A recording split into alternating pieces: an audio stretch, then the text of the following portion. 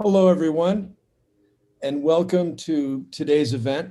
It's a great honor and pleasure and privilege to have you here. It's on climate change in the Pacific Island nations. It's a very important event, and it's being conducted by Pole to Pole Conservation. It's a nonprofit organization which I chair, and also sponsored by DeepGreen, a company in which I'm the chief ocean scientist, as well as supported by other donors. It's a topic that's very important for the planet in every regard, but today we're focusing in on the Pacific Island nations, which are on the front line of climate change, and nations that have people and cultures that are thousands of years old and are very important to me and to many other people. You're going to find we're going to have a fantastic group of panelists today. And I'll be hosting this. You'll see we're going to start off with my dear friend Ian Somerhalder in a second here. He's going to co-host this with me. Then you're going to hear from the Pacific Island nations of Kiribati and Tonga, and also from DeepGreen, and also an educational component from College of the Atlantic. And then there's a special performance of live music that you don't want to miss near the end of this. So hang in there. This is a song and an outstanding performer that's going to be a bit of a surprise for you near the end of the show.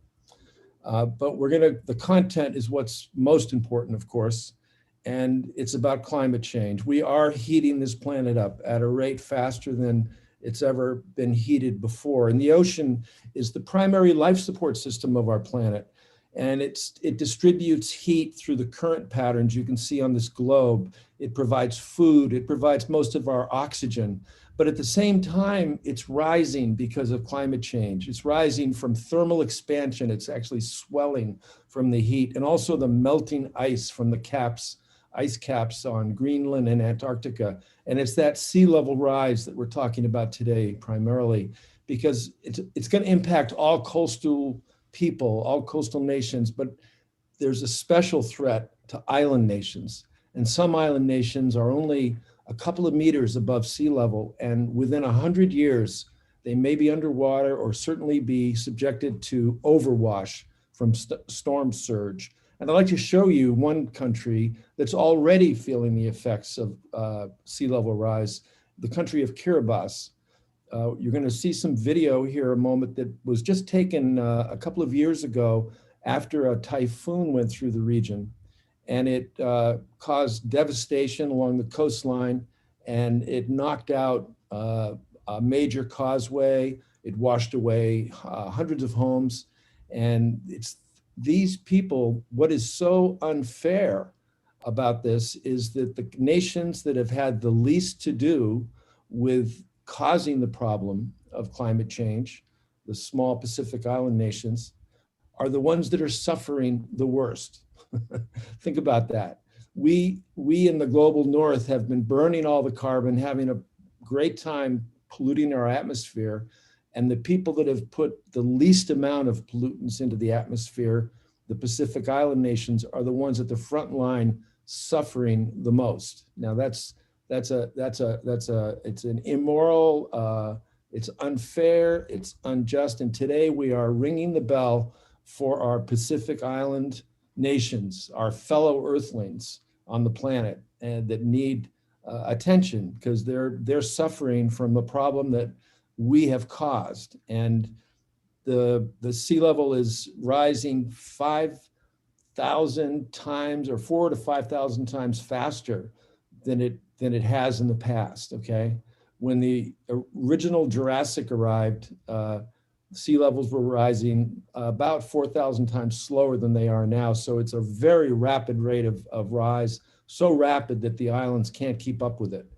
And this video that I'm going to show you, I shot it when I was on the island of Tarawa, and it washed out a major throughway. Now, you know, if you're living comfortably inland somewhere, or if you're living on a coastline with a steep altitude behind you, you've got somewhere to go. But imagine if you lived on an island that only rose 6 feet above water, and you look on one side, you see ocean, you look on the other side, you see ocean. it's an existential threat, okay? We have put other members of the human population, we're all together in this on the planet, at an existential threat because of climate change. It's urgent. It's the major threat facing us today, and we do not talk about it enough. We do not take action. And today is about action. It's about education, and it's about adapting, and it's about mitigating our heating of the planet. And you're going to hear from people in the Pacific who are experiencing this, and then you're going to hear about an education program, which is one of the best adaptation strategies, something called the Indigenous Climate Adaptation Scholarship Program. And then you're going to hear about a mitigation measure from DeepGreen, which has to do with the best way to acquire metals for the renewable energy future that we all need to have as soon as possible. But first I'd like to show you the video from Kiribati, and that is going to come on here in a second. And before it does,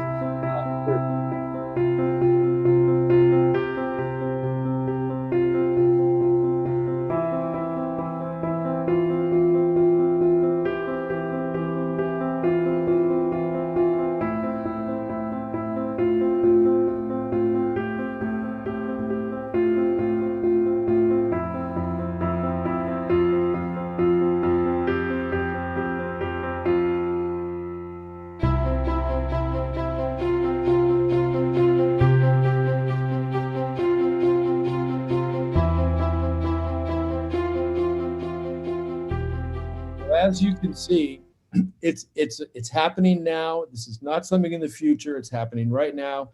You can go to the Pole to Pole Conservation website and you can make a donation today.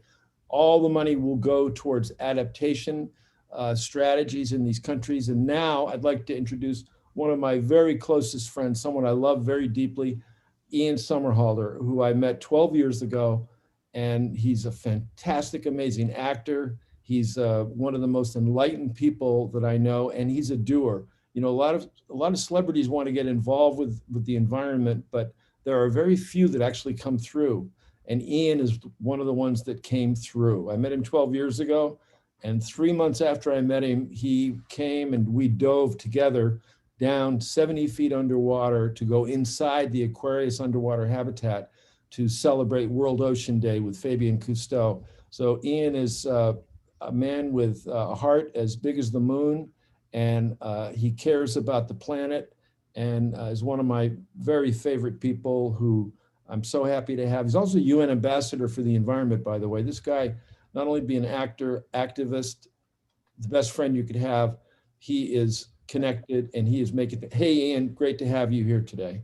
Thank you for that super kind introduction, man. I love you so much, and I'm so grateful to be not only here with all of these amazing people that you have the ability to bring together, but also to now I've just joined the board of Pole to Pole. Yes. Cannot wait to do this with you. It's a dream come true. And I appreciate that.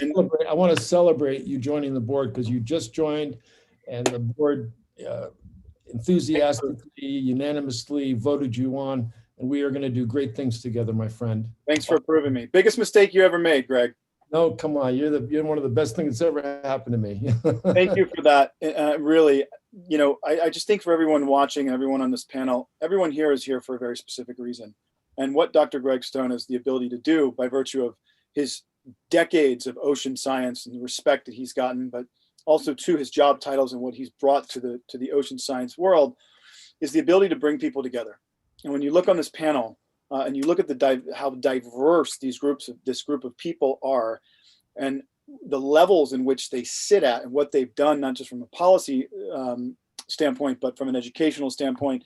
And Greg was talking about that mitigation, not only just in business and policy and education. So I just want to kick this off. We have some incredible people for you to hear from, to talk to, or to hear from, and to understand where this is going.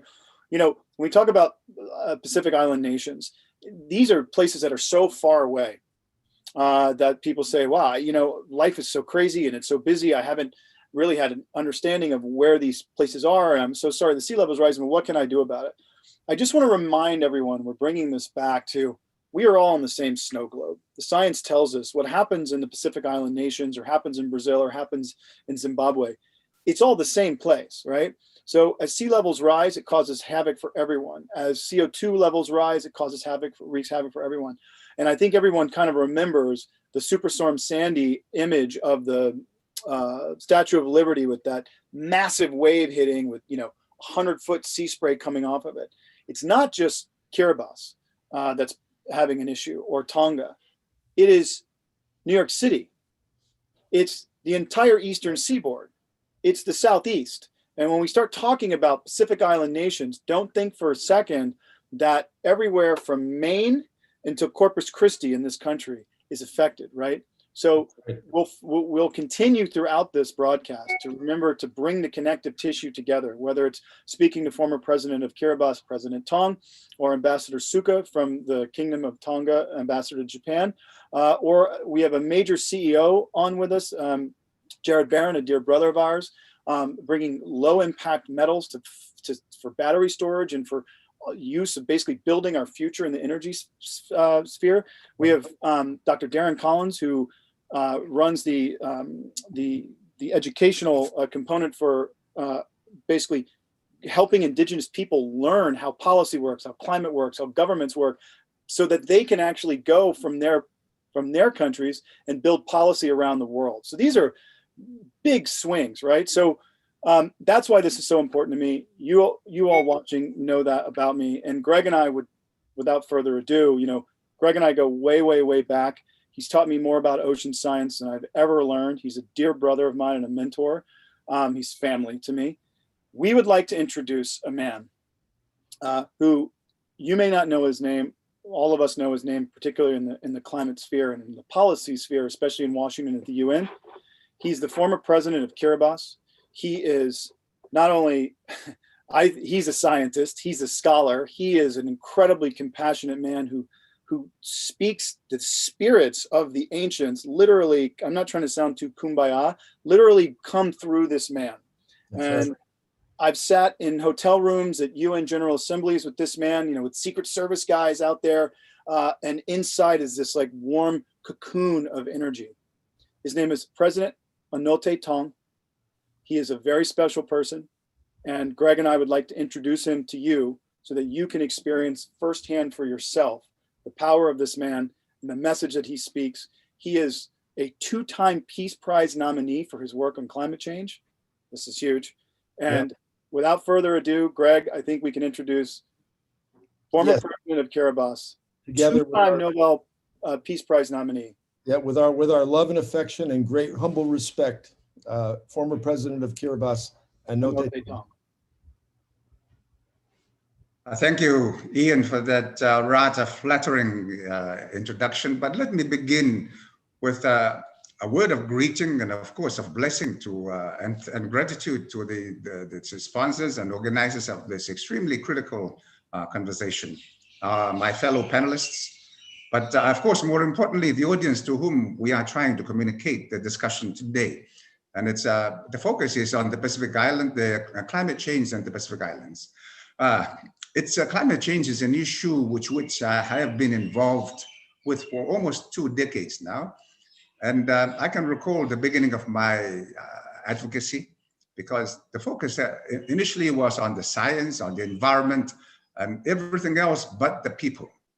And so my focus over these past 2 decades has been to highlight the human dimension of climate change, what it means for people who have to contend and deal with the challenges that they are facing with climate change, and with which they will deal at a more existential level at a later stage.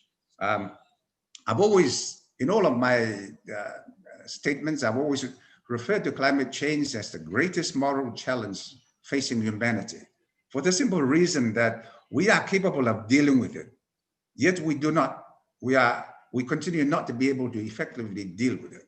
And the reason is simply because there are those of us who believe that we benefit by continuing to do as we do today, burning the fuel, continuing to dig for oil, for coal, and in spite of the science that is coming forward, it's very clear from the science that what we are doing is actually very detrimental to the future of this planet.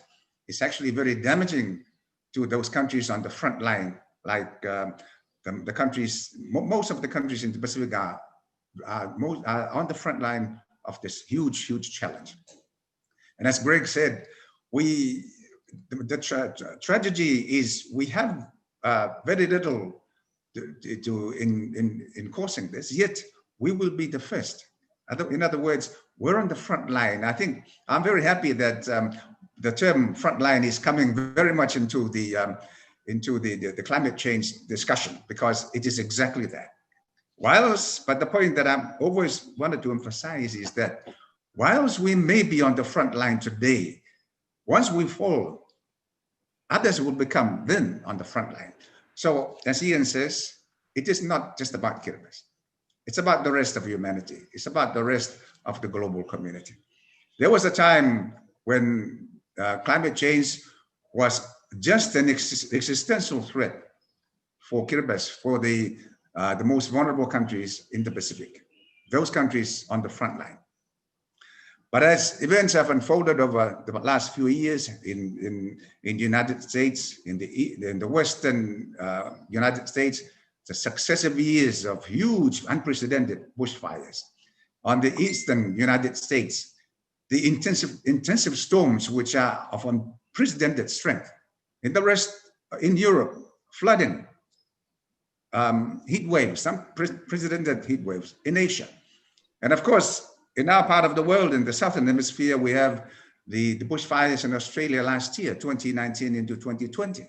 How many hectares, President Tong? That's 17 million hectares of land were burnt, and over 3,000 homes were destroyed. More than 30 people were killed. And this is happening in a country whose government has consistently denied that climate change is real, whose policies continue to lag behind the rest. So this is the challenge. This is what we need to understand, that it's not about, that the policies must be about people. Right. And so it's about understanding that it's not about amassing wealth. And so this is the conflict that we face in terms of why we continue to be unable to succeed in dealing with climate change. Let's look at the current pandemic. In a very short period of time, the whole global community was able to rally together collectively to deal with COVID-19. Yet, for over 20, 30 years, how long? We've never been able to put in place the effective remedies needed to deal with climate change. Why? Because we continue to say, no, we cannot afford to do it. It's too costly for our economies. It would mean that we would not achieve the economic growth that we had planned to do. So this is why climate change is a deeply moral issue, because it's about those people who believe that climate change is good for them, that they need to continue doing what they're doing because it benefits them financially and in many other ways, regardless of the fact that the science is very clear and that our experience of how nature is responding, in spite of the fact that climate change is damaging the homes of people in my country, in Tuvalu, in the Marshall Islands, in the outer islands of Tonga, in the lower lying islands of all the Pacific Island countries. We've already Pacific Island nations because you are the proverbial canary in the coal mine. Right. That's a term that means they used to bring a canary down into mines, and if the canary died, it meant the air was getting bad, and you better watch out for yourself. And and that's what's happening but it is a global problem. And I think, the COVID epidemic has given me some hope. I mean, it's a tragedy. It's a tragedy beyond measure, but it's beginning to create what we need, what a colleague of mine calls is a metaculture. It's a culture that we all share together and are unified by, and we face things together. And we fight it together. Yeah, we've done it to some extent with COVID. We need to do that with climate now too. Right. So President Tong, oh, sorry. After you, President. Go on.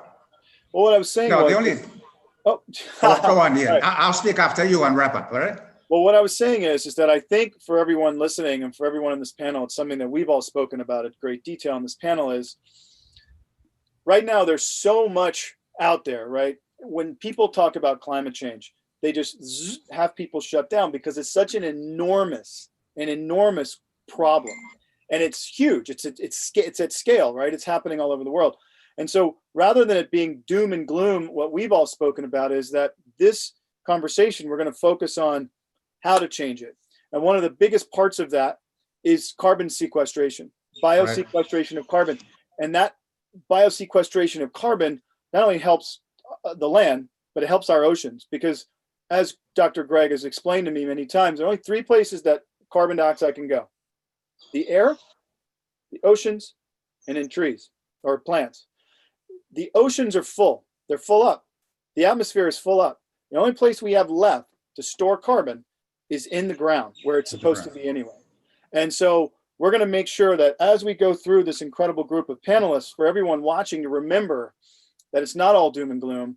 We understand there are solutions, but what you'll hear from President Tong and Ambassador Suka and Dr. Collins and Gerard Barron is that there are solutions, and they're right under our feet. They're right in front of us. And if we responded, like President Tong said, and Dr. Greg said, if we responded this quickly to COVID, something that was wiping people out, climate change is also doing the same thing. So let's utilize that energy that we got when COVID is staring us down in the face and potentially killing us. Let's use that, because millions of people die around the world every day as a result of pollution and climate change. It's the burning of fossil fuels and mismanagement of land. So let's use that energy throughout this panel together to explain to people that we can mitigate it, that we can stop, that we can use really solid biosequestration practice, educational practices on the not just the policy level where President Tong, you and Ambassador Suka sit, but in the for-profit space, in the educational space. And that is where our power is in this group. And that is what people want to hear, because that gives them hope, and it makes them want to wake up and fight as much as we are, you know? Mm-hmm. Thank you, Ian. It's absolutely clear that we are very capable of dealing with it. The only problem is we're not collected in wanting to deal with it, as we were as a global community committed to dealing with COVID-19. But we continue our internal battles between those who don't want to believe that it's the dealing with climate change threatens their source of wealth, their source of power. Yes. And those are actually trying to struggle to survive the onslaught of the impacts of climate change. So we can do it. Yes. Let's hope we can get together to do it. We can do it together. One of the hallmarks of pole-to-pole conservation is that we want to hear from the people that are being impacted and not try to project our voice and our value. So I'd like to Ian, we should introduce Ambassador Suka. Absolutely. President Tong, thank you. And we're going to come back to this. Another just esteemed, incredible panelist sitting on here, I have the great pleasure of introducing, is Dr. Suka. He is the ambassador of the Kingdom of Tonga to Japan. He understands, again, a great deal, like President Tong, is what these island nations are facing and how it relates to not just them and their cultures, but their economies, their ability to survive and educate great, young, amazing people like we are in the United States or in Europe or in Japan or in China or South and Central America. This is the time where we need to fuse all of our energies, not just for the Pacific Islands, but for everyone. And someone like Dr. Suka has this insight. Welcome, Ambassador. Thank you for taking time to be here. We know that your schedule is also incredibly packed, and you're coming to us, I think, from Tokyo. So welcome, sir. Thank you very much, Ian and Greg. Good morning from Tokyo. And let me start by thanking Pole-to-Pole Conservation for inviting me to say just a few words on this live panel. And thank you also to DeepGreen Metals for sponsoring the event. Let me just start by saying that, as we know, last week marked 5 years since the Paris Agreement came into existence.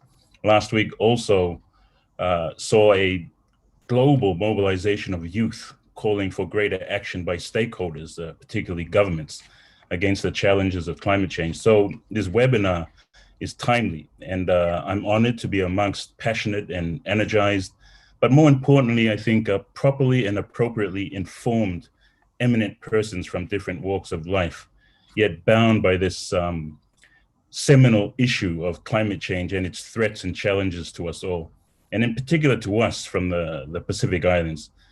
I'd also like to recognize the region's climate champion and former head of state of the Republic of Kiribati, Anote Tong. It's an honor, sir. It's an honor.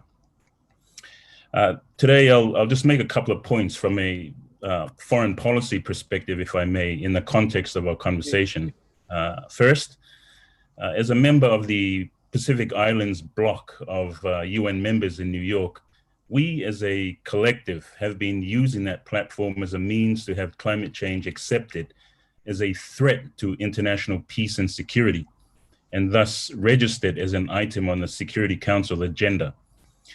To me, or to us, the source of international political and policy power is centered within the Security Council, particularly within its 5 permanent members, China, France, Russia, the UK, and the US. Now, once these accept on the record the realities of climate change as a security threat, then we think that major obstacles start to fall in all fora when it comes to advancing our common work.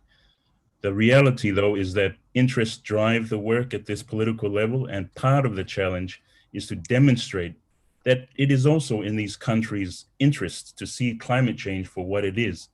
It's a threat to international peace and security, and all its linkages, be it to food, to human health, to ocean health, to international trade, existential threats to countries themselves, etc.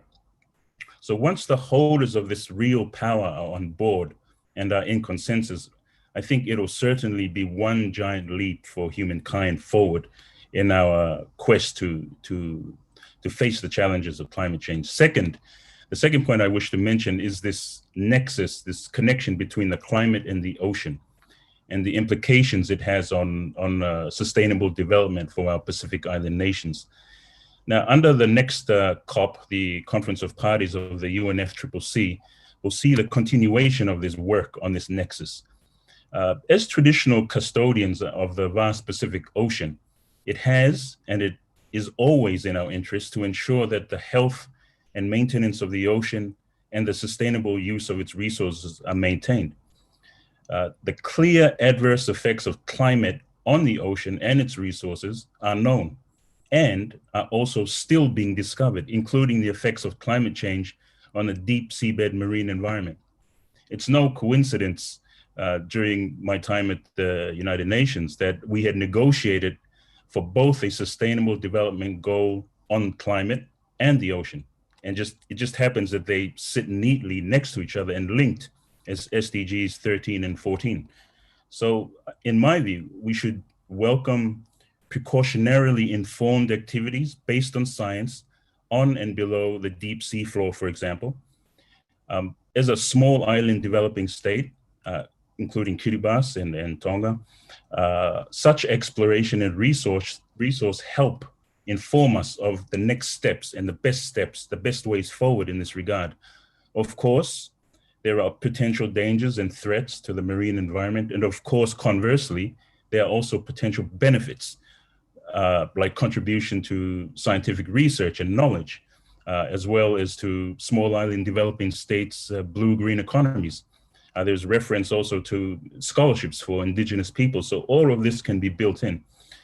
I think it'd be remiss of governments not to explore all avenues presented to us for the benefit of our peoples whom we represent and who have entrusted us with their welfare. To not do so, for me, borders also on being unjust to them, as is the case of the injustice caused by the adverse effects of climate change on Pacific Island nations, which haven't been caused by them. It also behooves, I think, all actors on and in the deep seabed, for example, to ensure climate change considerations are included or infused into their modus operandi, to ensure that all potential threats are calculated before any activities are undertaken.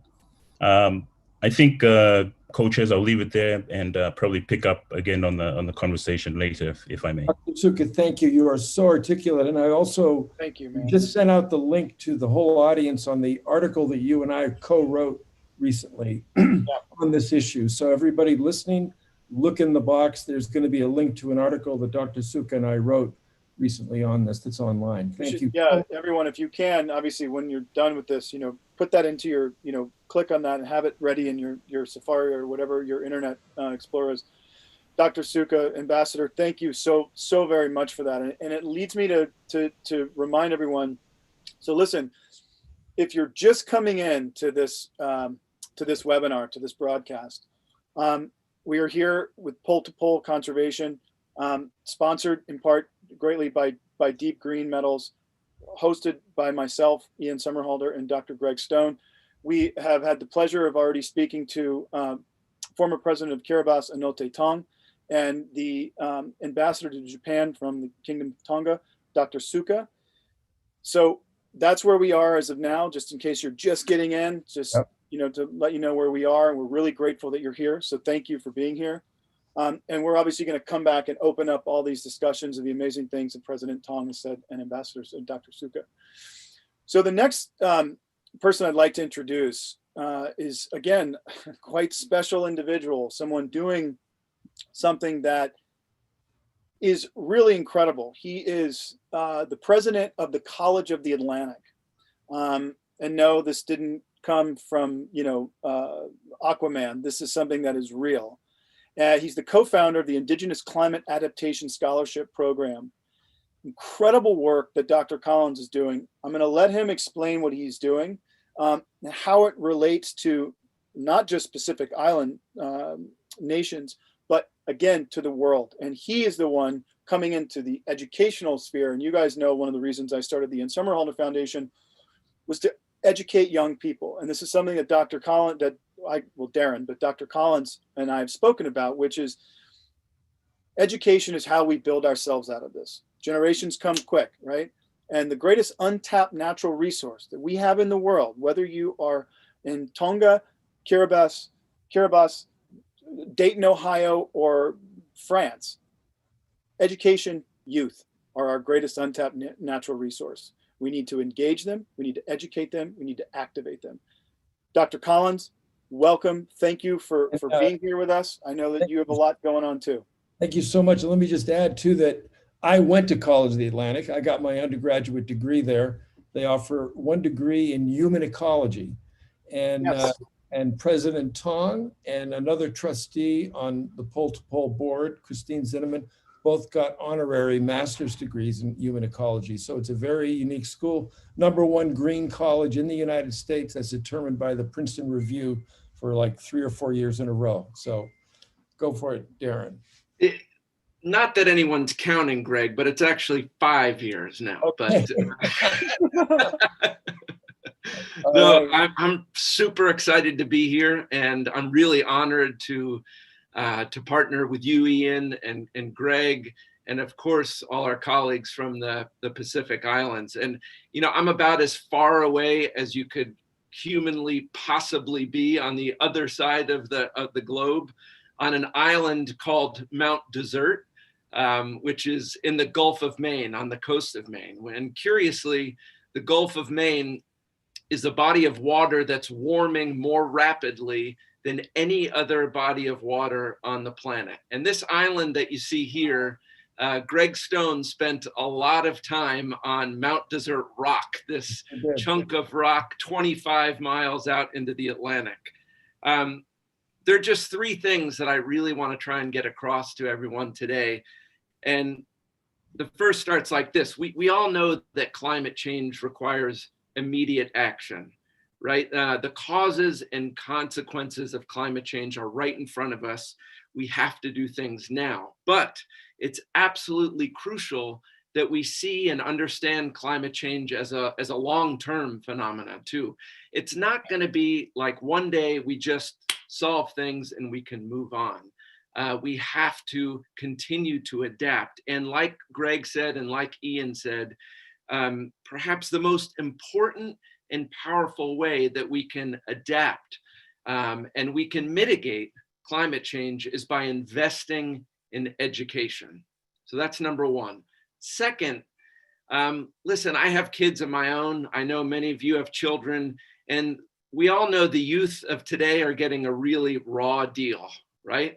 My generation, older generations are leaving them in a really difficult scenario. That said, every day I get to live and work with students from the College of the Atlantic, and those experiences give me such hope. There is no doubt in my mind that the youth of today are going to be what gets us through these troubled times. Absolutely, absolutely no doubt in my mind. But third, I also believe very, very strongly that if the youth are going to succeed, that they're going to need a very, very different kind of education. Science is important, don't get me wrong, but science in its own narrow confines is not going to be enough. You know, we need scientists who are also intimately steeped in entrepreneurship, in creativity, in law and policy, in communication, and in collaborative leadership. And that's the kind of work and that's the kind of education that we've been doing at the College of the Atlantic for the past 50 years. Greg graduated from COA in 1982. I myself am an alum, and I looked up to Greg throughout all my years when I was a COA student and wound up graduating in 1992. But that's the kind of education that we've been doing at COA for the past 50 years. And the scholarship that we've been talking about is called the Indigenous Climate Change Scholars Program. Yeah, can you talk a little bit about that? Absolutely. You know, it's in part sponsored by Pole to Pole. And the idea is what we want to do is we want to bring youth Indigenous scholars from the Pacific Islands participate in the College of the Atlantic as undergraduate scholars for their 4 years. And I just want to highlight that it's really an intense partnership between the global North and the global South, between the Atlantic and the Pacific. And maybe most importantly, this isn't like some great white hope, you know, transferring knowledge into Indigenous communities. This is actual partnership where both Indigenous people and the students, staff, and faculty at the College of the Atlantic are partners. We're both teachers and we're both learners. We're both students. That is absolutely fundamental if we're going to achieve success in the world of climate change. So we have our first scholar now, and through the help of Pole to Pole and all of you here, we're hoping that we can really build this scholarship program and make it something absolutely spectacular and magnificent. So thank you, Ian, and thank you, Greg, and thank you for President Tong for all your support, and I'm really excited about moving forward with this program. And we're getting flooded with all kinds of questions on the stream. I've been alerted to say that we will answer them on the Pole to Pole Twitter and Instagram accounts and other ways. So everybody that's listening, we will get back to you. And also donations, all the donations today through the Pole to Pole conservation website will go directly to the scholarship program without any overhead, without any need to offtake to send more students and create the back and forth. By the way, you are so correct. I am so turned on by Indigenous knowledge and Indigenous social practices and systems. They are scalable to the world, and we can have another session on that one day. Absolutely. I mean, I just wanted to say one really quick thing to Greg. This is something you and I have also spoken about a great deal. Whether it's sitting, you know, in the Florida Keys, you know, sipping 30-year-old, you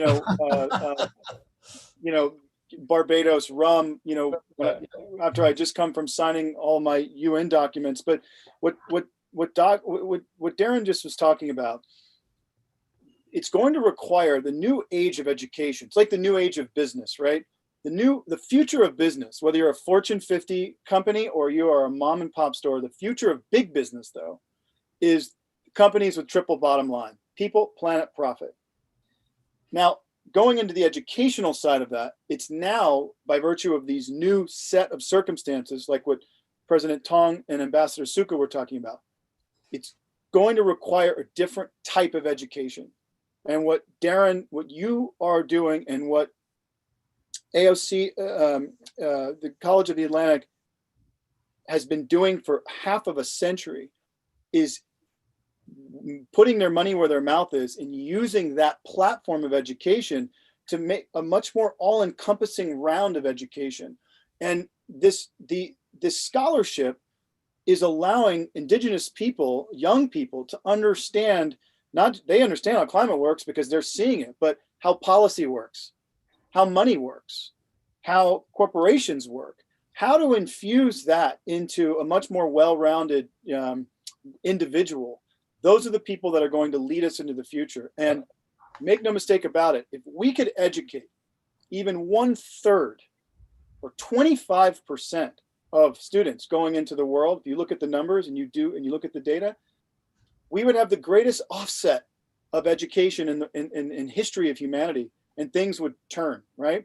So thank you, Dr. Collin. Thank you, Darren. Thank you. Thank you, Ian. Thanks. I hope I'm not violating a personal thing here, but when I interviewed Ian for a podcast that we do called The Sea Has Many Voices, I discovered— Well, we do together. We produce that together. We co-produce that, but Ian is an Indigenous person. He's 25 or more % Native American Indian. And I could sense that when I interviewed him.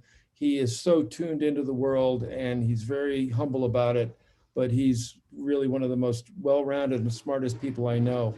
And thank you, Ian, for everything that you've done. And we're now coming up to everyone that's joined. Don't forget, we have a special live performance of music. You've got to stay till the end. You are going to love this. But before that, we now have Gerard Barron, who I work for DeepGreen with Gerard. He's my boss, actually. But more than that, he's one of my dearest friends and a co-warrior on trying to get the earth to work right, trying to get businesses to work right. And Ian, I'll let you take on the rest of the introduction from there. But, well, I love this guy. Now, if for everyone who's just tuning in, obviously, we got to hear from President Tong and Ambassador Dr. Suka. We just heard from Dr. Collins, talking about from a policy level, a foreign policy level, and a climate level, on both of those, an educational level. Now we're switching gears into the for-profit space, large scale business. And Gerard Barron is not only a bro of ours, an incredible man. He came from the technology side and created some amazing technologies and that was more digital, and has now moved into this space. Forgive me for saying, Gerard, but that's very tactile. And what he has got himself into, I'm sure he stares at the ceiling sometimes at night thinking, oh my gosh, what did I do? Which is, he's the CEO of DeepGreen, an innovator in bringing lower impact battery metals to market for electric vehicles or renewable energy storage. And not to sound like, not to blow it out of the water, but to power our future. Batteries are our future. The metals that power those batteries are our future. The only big issue, and Gerard will dive into this, no pun intended, a great deal more, is where do we get those metals? Metals typically now, cobalt, manganese, copper, come from terrestrial mining. They come from mountaintop removal. They come from stripping out rainforests and all sorts of really problematic terrestrial mining. So Gerard is here as this incredible innovator to explain to us what he's doing, what our options are, and actually how bright the future is. So without further ado, CEO of DeepGreen, Gerard Barron, thank you for being here, brother. Thank you, Ian. And thanks, Greg. I think Allison's going to play a little video. Yes. Just this video now. gives me chills. Everyone watch this video. Energy from the sun and wind is replacing fossil fuels to power the transition to a sustainable future. We need batteries to store this energy. Batteries are made from metals such as cobalt, nickel, copper, and manganese. Until now, we've been mining the earth for them, digging deeper and wider for lower quality ores. Nature disappears. Humans suffer. Earth suffers. But there's another way. Polymetallic rocks contain rich concentrations of these base metals needed to make batteries.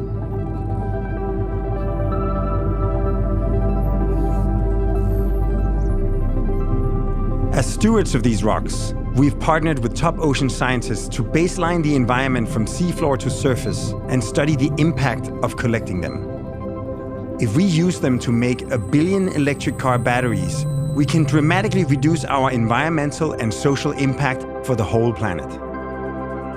We're building a world where metals are not mined and dumped, but rented and returned.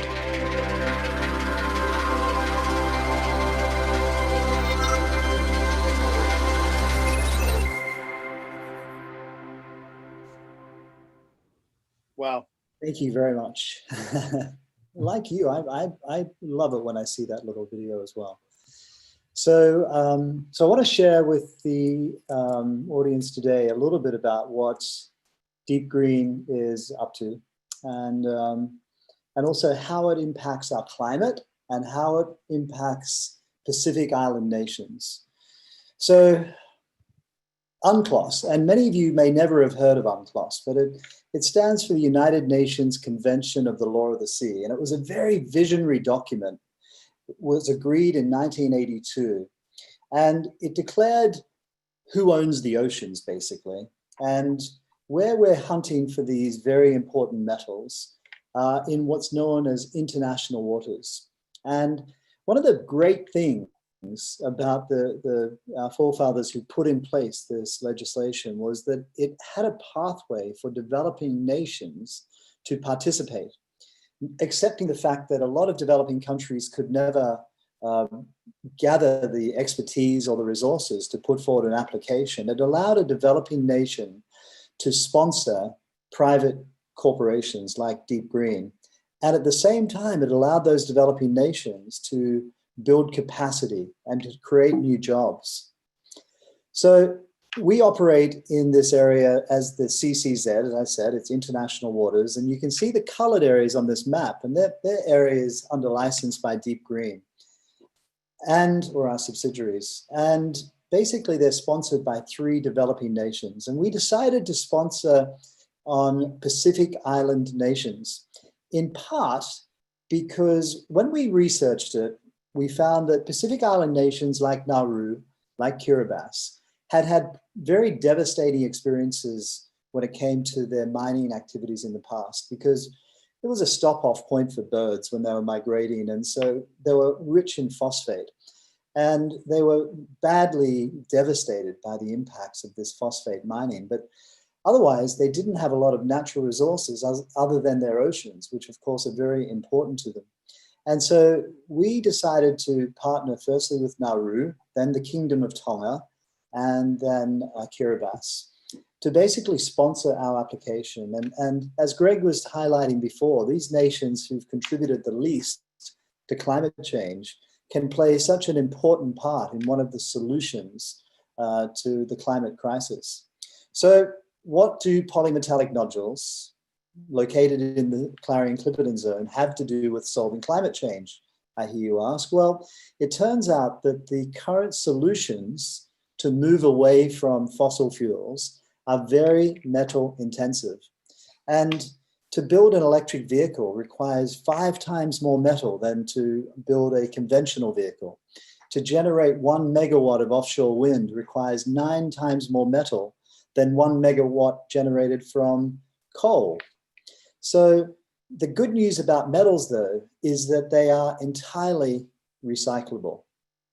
But the challenge is that we need a much bigger supply, a much bigger injection of these metals into the system, because we need to build the batteries. we're going to build 1 billion of these batteries just for the light passenger transportation industry over the next 25 years. And of course, in future, recycling will have a very positive impact. But today, the growth is exponential.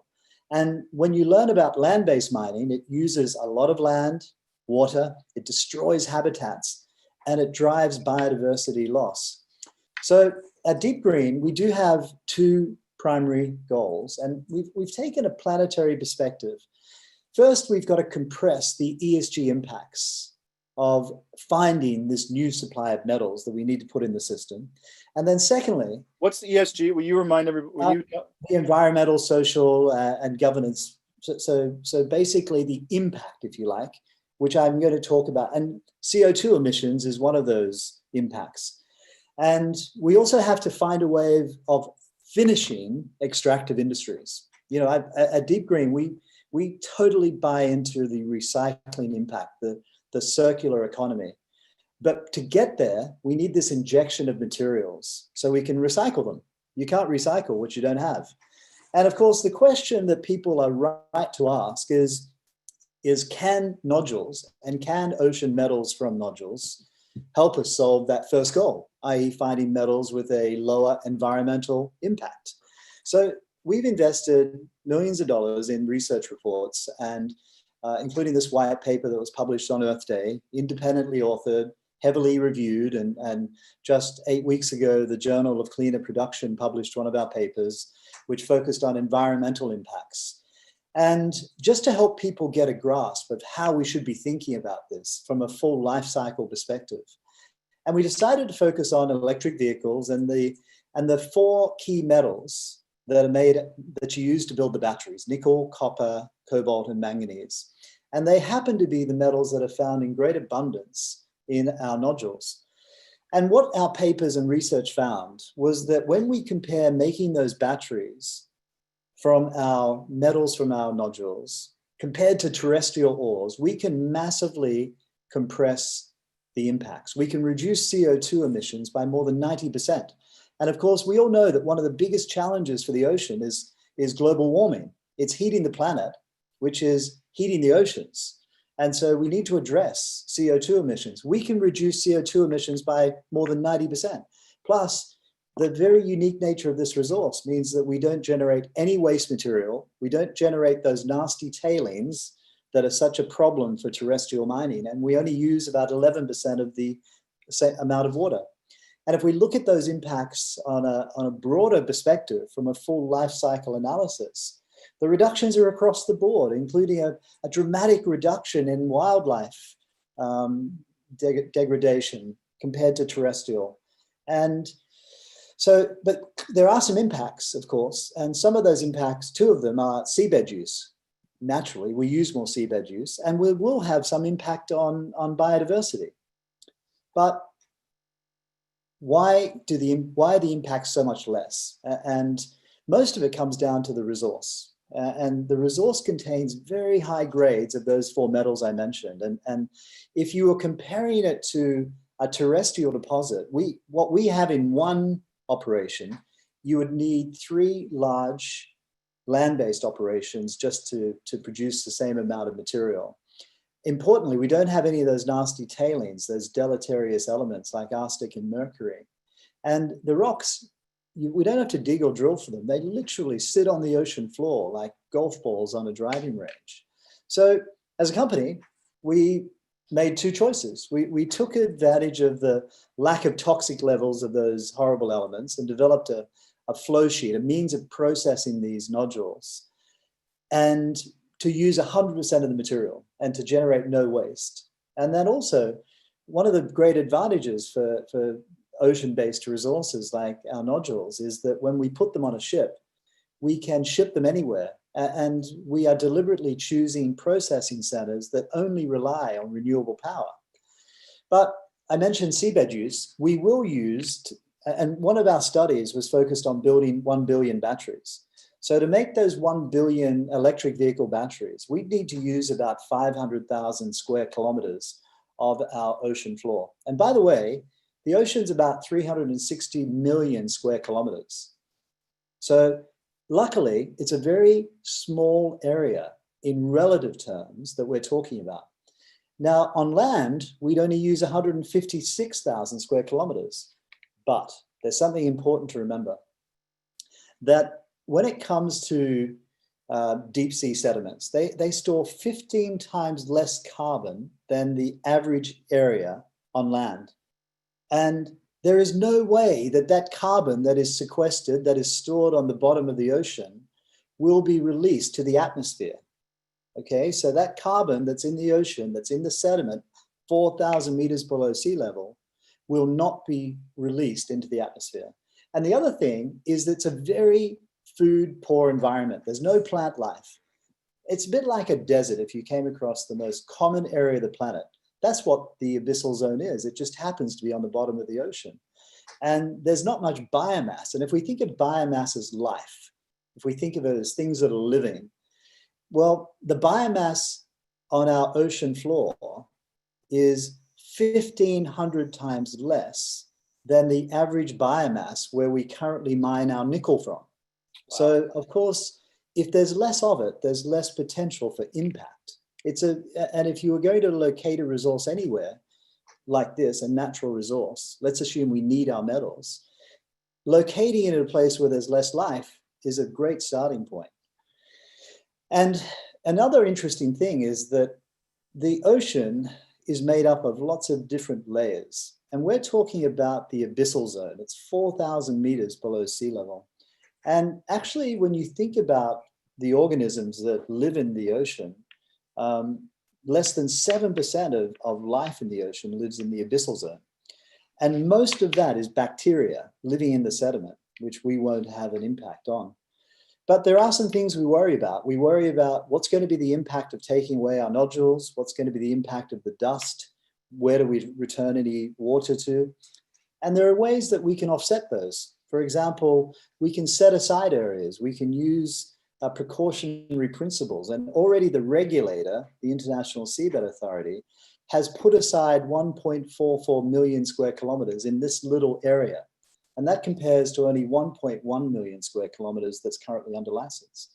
We also put aside areas of ourselves, and we won't collect all of the nodules either. But keep in mind, these nodules lie on the ocean floor, and people sometimes worry about the dust. What happens? Think of it as driving down a dirt road. There's some dust that will be kicked up. But the great thing at these very intense pressures underwater is that the particles tend to flocculate together. And that means they become heavier and they settle very quickly. Wow. So one of the ways we're getting the answers to these important questions is by investing a lot of money in science. In fact, if you asked me what business we're in today, we're in the business of deep ocean research. We're funding the largest integrated seabed to surface deep ocean science program, consisting of more than 100 discrete studies involving more than 150 of the leading researchers from institutions around the world. And all the data will be shared and all the research will be published. It's a very exciting program. In fact, our boat that's moored in San Diego returned only a week ago from a 6-week science expedition, had 56 people on board, many of them scientists, studying this important area. And actually, it's an area that's been studied since the 1960s. So we know a lot about it. And no matter how much we invest in the science, we can never get to 100% certainty. There are many species that remain undiscovered, both on land and in the ocean.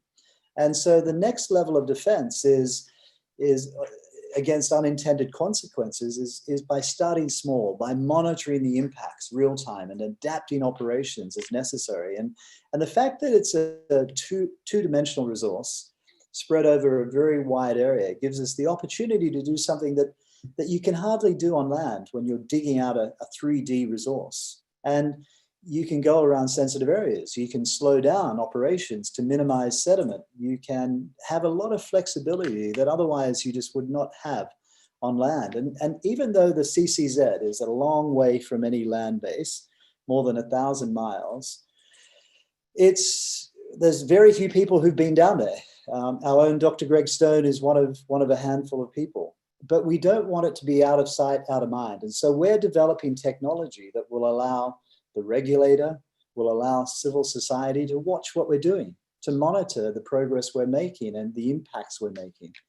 And so, you know, and if we step back, we have some choices, right? And there are trade-offs that we have to be thinking about. And on this page, you can see two pictures. And one of them is a real life picture of where we currently get our nickel from. And if you think about an electric vehicle battery, the makers are using less cobalt, but they're using more nickel. And the growth of nickel is going to be enormous. But the trouble is they're getting it from the most carbon-rich areas on our planet. Mm-hmm. And by ripping down those forests and those trees and digging up all that soil, they're unleashing buckets of CO2 into our atmosphere. And on the right-hand side is a picture of an area off the coast of Peru. And about 27 years ago, there was a study known as the Discal experiment, where they dragged a plow that would cause much more damage than one of our collectors operating on the seafloor, through a large area of ocean floor that was very representative of the CCZ. And what they found after 26 years was that biodiversity had recovered 100%, species population had recovered 50%, and that was only in 26 years. Quite amazing. And when we think about the planet as being 4.5 billion years old, the planet will do a good job at repairing itself. And you can see the type of impacts we're making. We're collecting these nodules off the surface compared to the horrible damage that's been caused on land. So here's where we are as a company. And based on all of the life cycle assessments and the environmental impacts, we have a very high level of confidence that producing metals from nodules will make it possible to dramatically reduce all of those environmental and social impacts associated with making metals. However, and our promise is that if our ongoing environmental baseline and impact studies of this area of the seafloor uncover something that disproves this hypothesis, we'll discontinue the development immediately.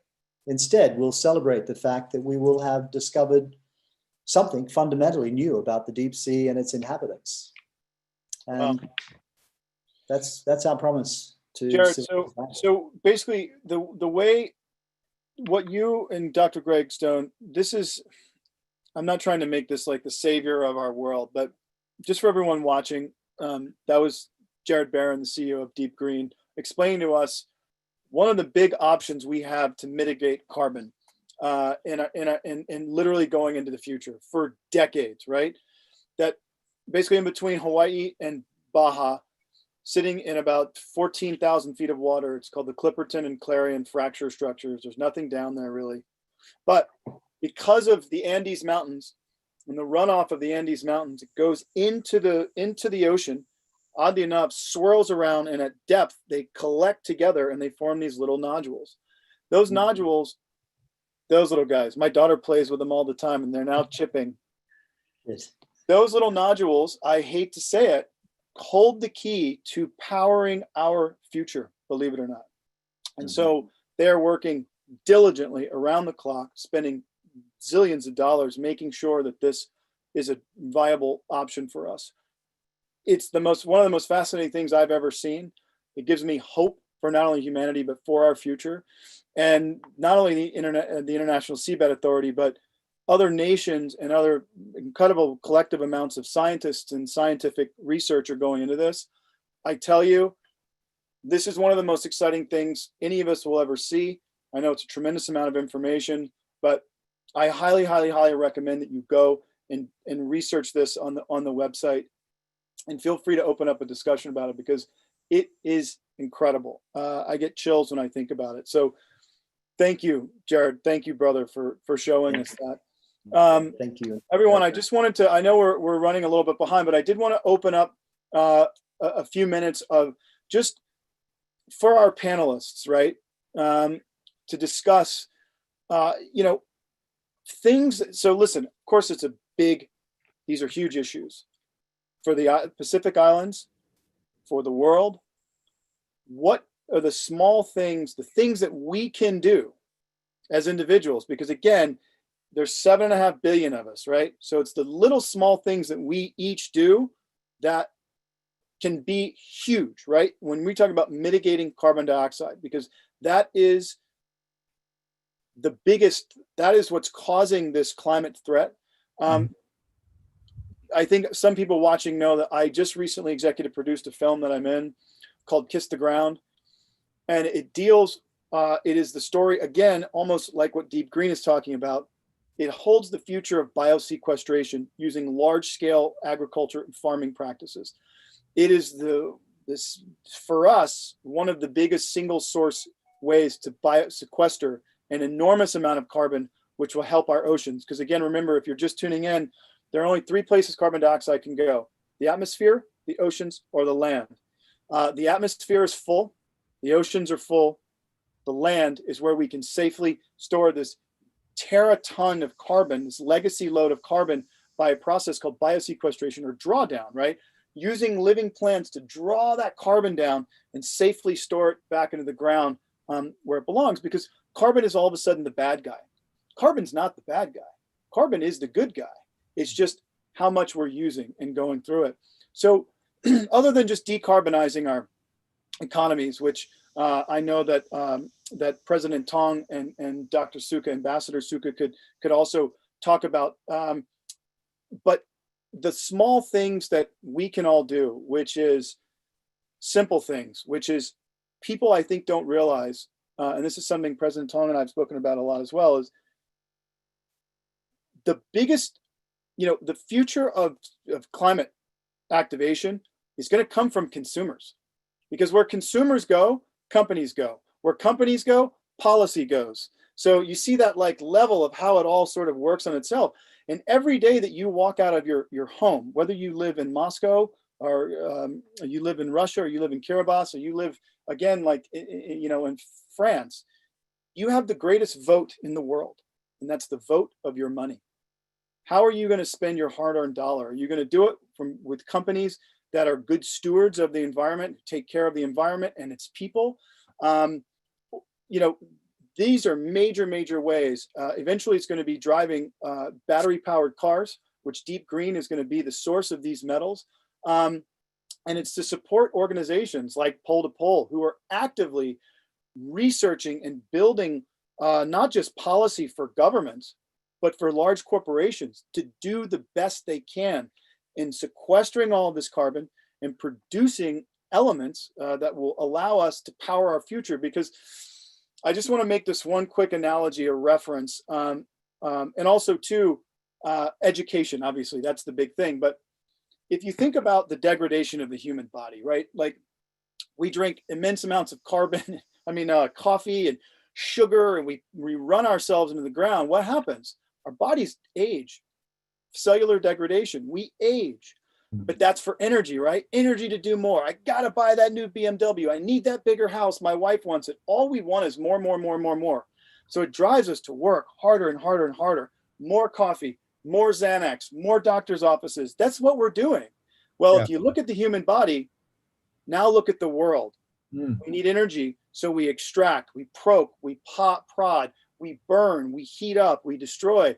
We are the same biological process as the planet. Wow.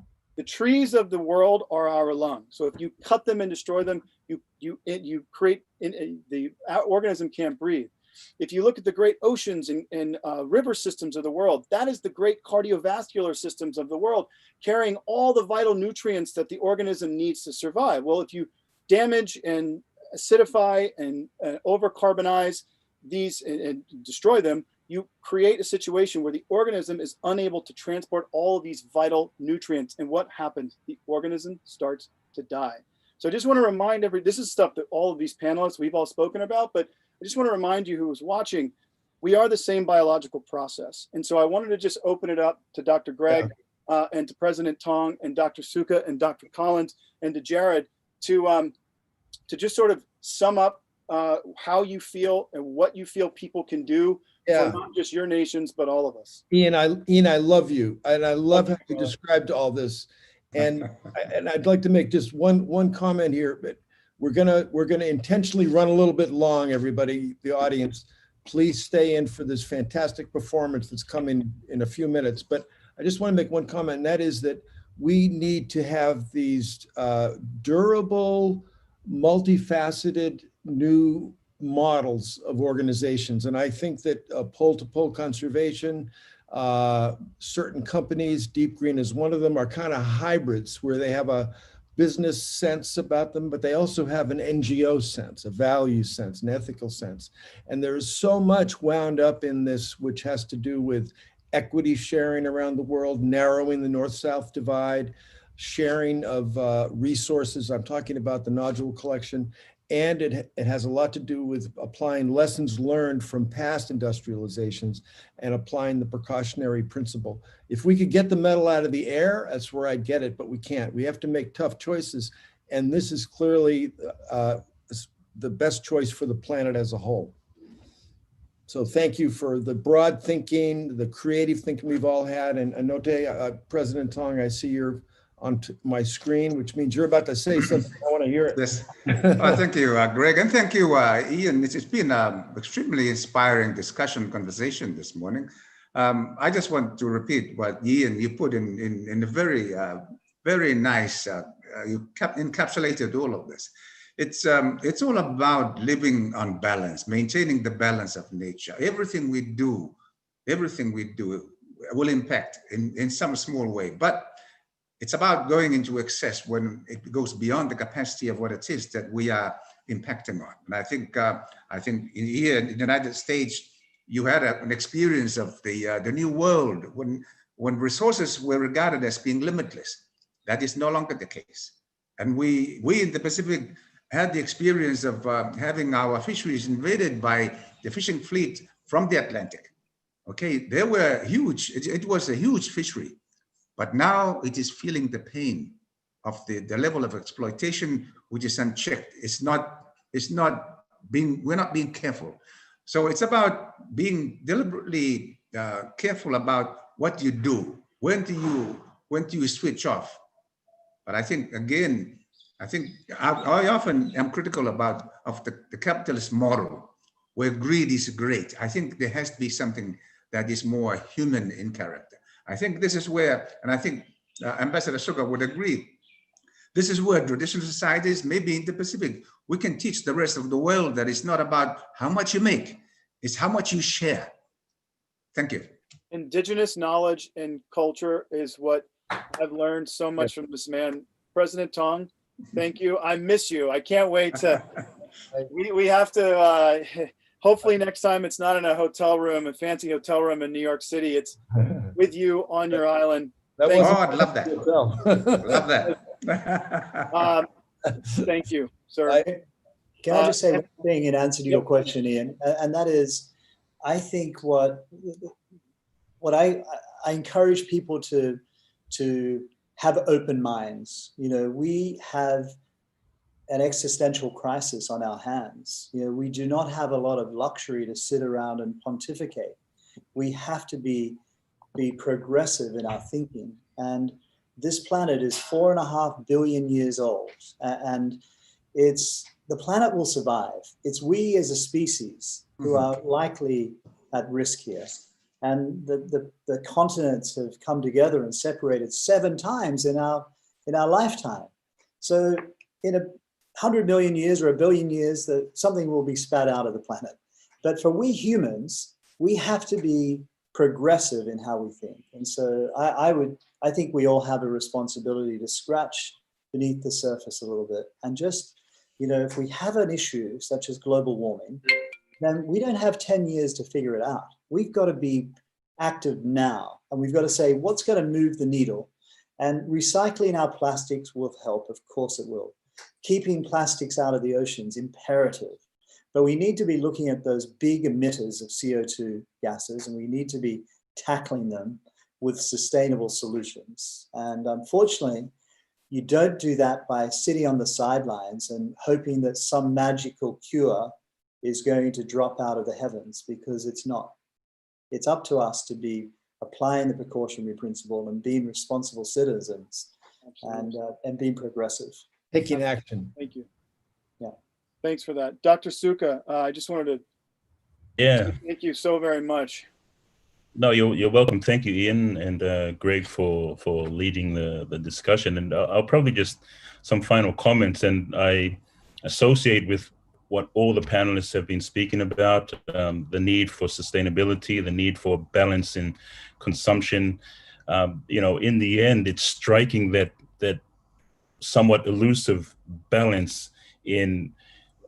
They're always talking about between conservation and sustainable use of our natural resources. Once we are at some equilibrium or agreement as to what that balance is, then we're all able to move forward properly. And I think President Tong, correctly said that traditional societies, for example, in the Pacific or in Native America, for example, we had existed in millennia with nature in a balanced way forward, where there was a mutual respect in how we used the natural resources and returned them back.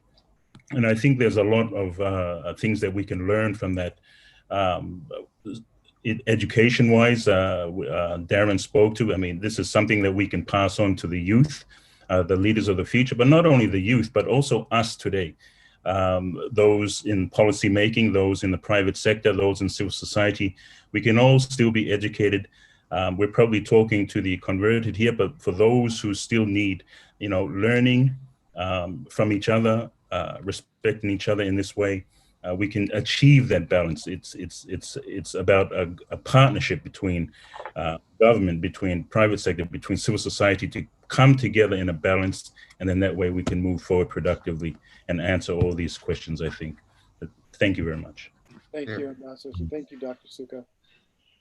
Dr. Darren Collins, I just wanted to say thank you. And please just, let everyone know just some closing statements and thank everybody, because they've been with us. And I think this has been such an incredible discussion with an incredible group of people. Never give a college president an open forum to talk. Really dangerous. No, I just wanted to say, what I really believe we need, yes, Ian, we need to buy smart. We do need to buy less also. Yes, we need a greater sense of humility, and that's kind of what I see in this group. That's incredible. What other CEO like Gerard would say, like, hey, if we find that this isn't working, we're going to stop.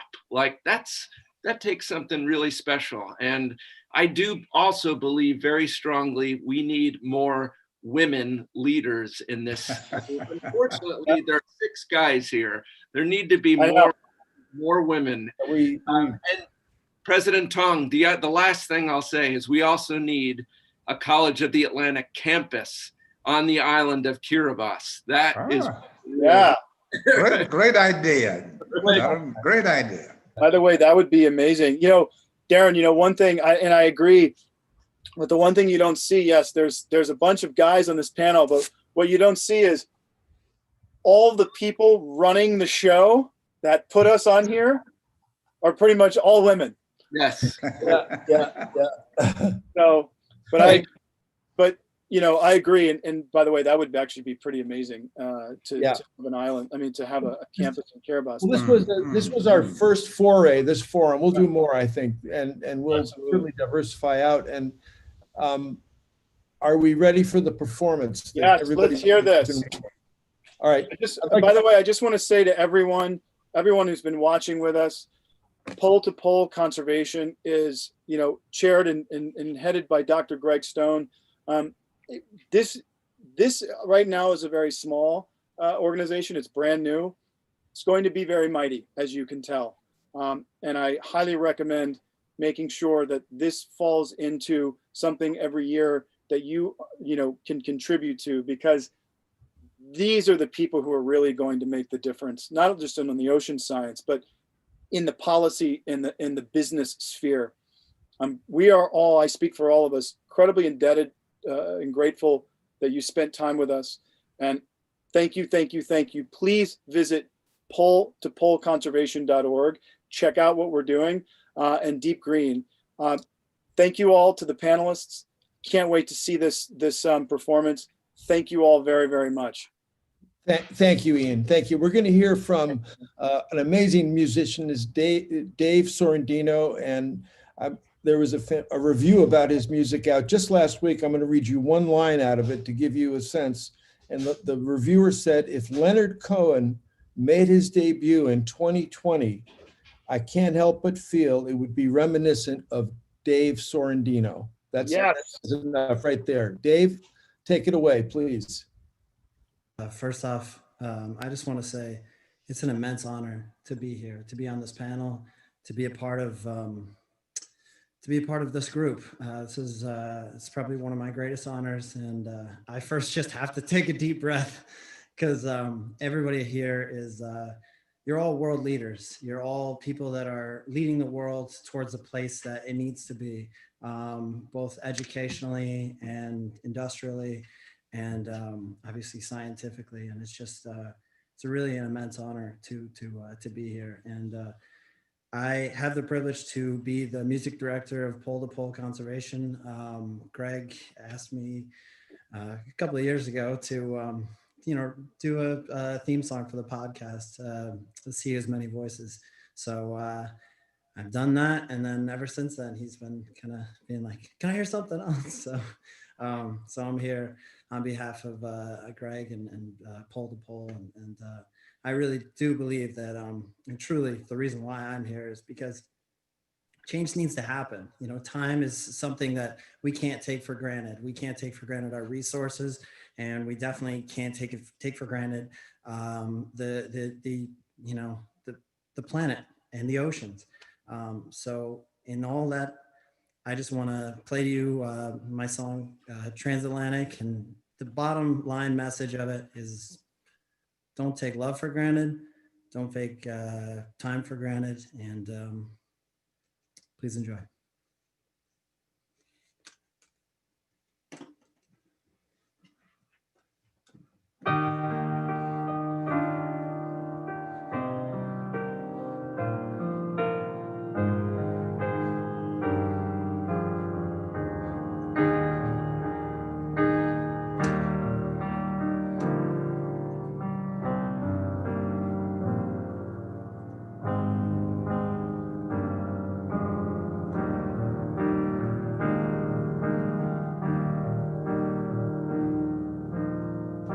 We never went to Paris.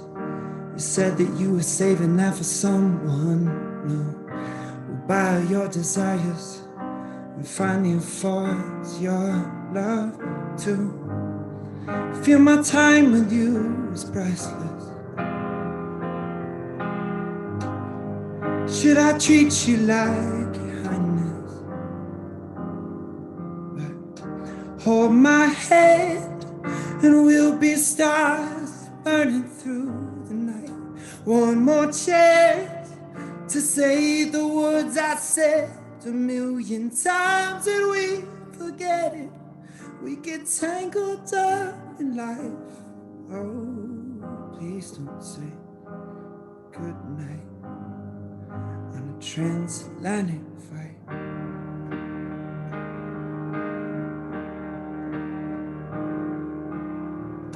We never went to China. Needs another wall between you and I. 'Cause even though I climb it, I never could explain what's on the underside. I'm not trying to have you hate me, but I still see the love you made me. Hold my hand and we'll be stars burning through the night. One more chance to say the words I said a million times and we forget it. We get tangled up in life. Oh, please don't say good night on a transatlantic flight.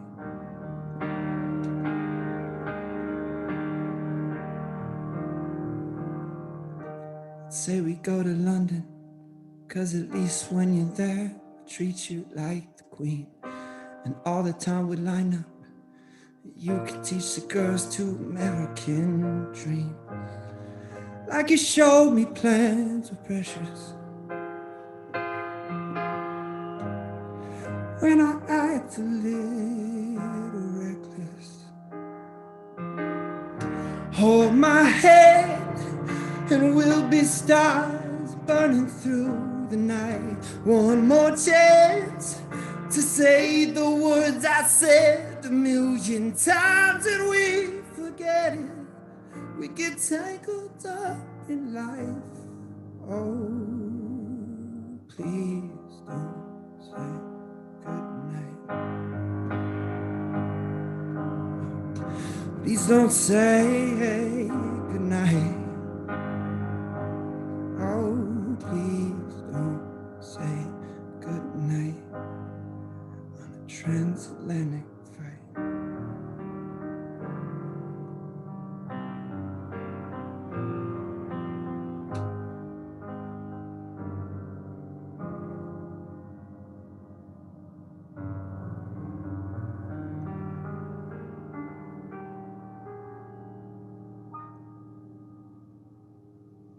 Thank you.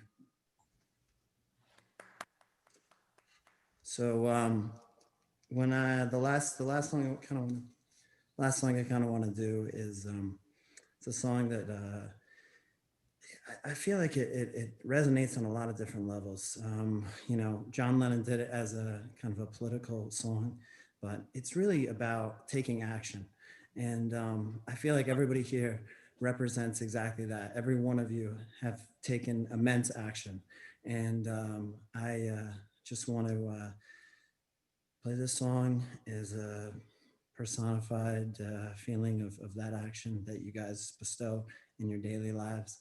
And once again, I really appreciate it. So thank you guys. Here's Stand By Me.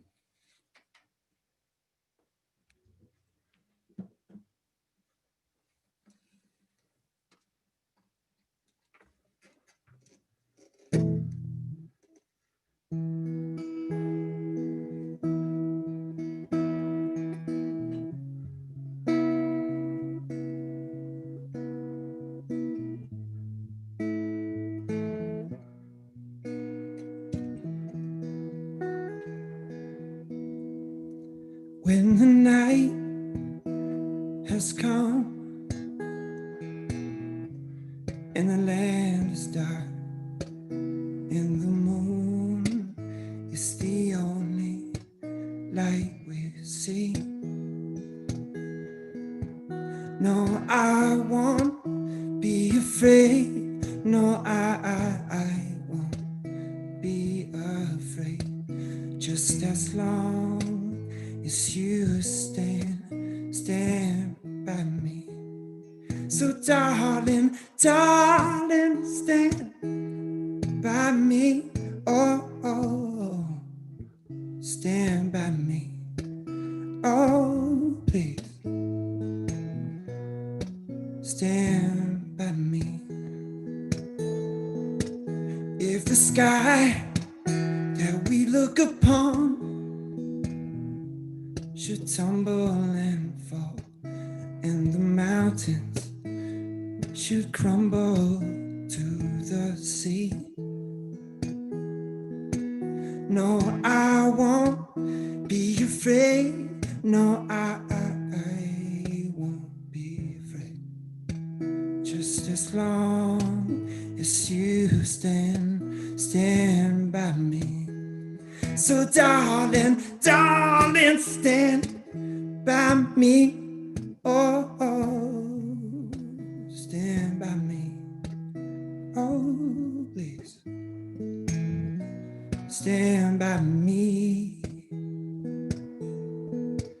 Oh, just stand by me. Oh, stand by me. Oh, please, stand by me.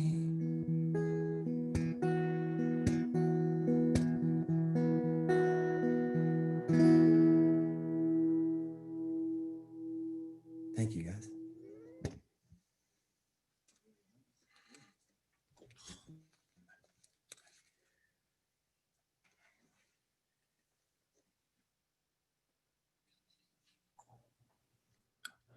Okay, everybody. Thank you, David. Thank you, everybody, for being part of this gathering. This is Greg Stone signing off from the Pole to Pole Conservation Seminar gathering, and with that wonderful music, inspirational music. Thank you so much for the ideas, the music, the feeling, the vibe. Ian, I love you. I love all the panelists.